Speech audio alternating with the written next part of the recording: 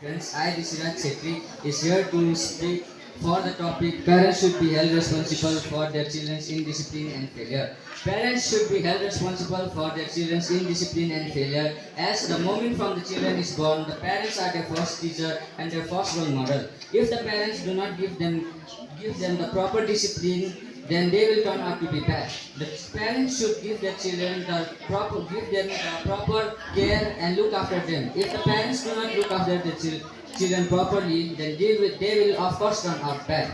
Parents should check what their students are doing in school, whether they are studying properly or not. They should make their children study 4 to 3 hours a day and check them. The parents should not let their students go out very much and make them stay in the house and study.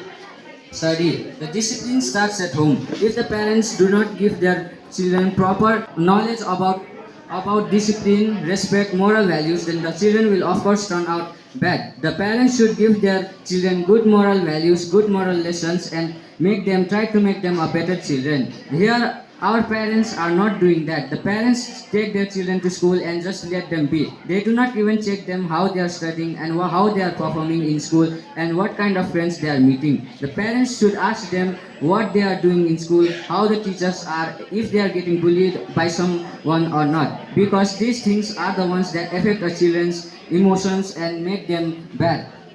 The parents should also check their academic progress and check if they are studying properly, doing their homeworks or not. They should also check if their friends are bad or not.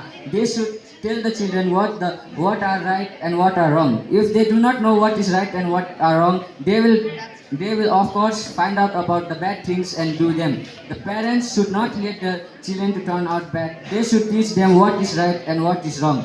Then they will know that they should not do the bad things and not repeat. Even if they do it, the parents should scold them and ask them not to do it again. If the parents let their children out, even if after they do a bad thing, then the children will be motivated and encouraged to do that bad thing again. Thank you.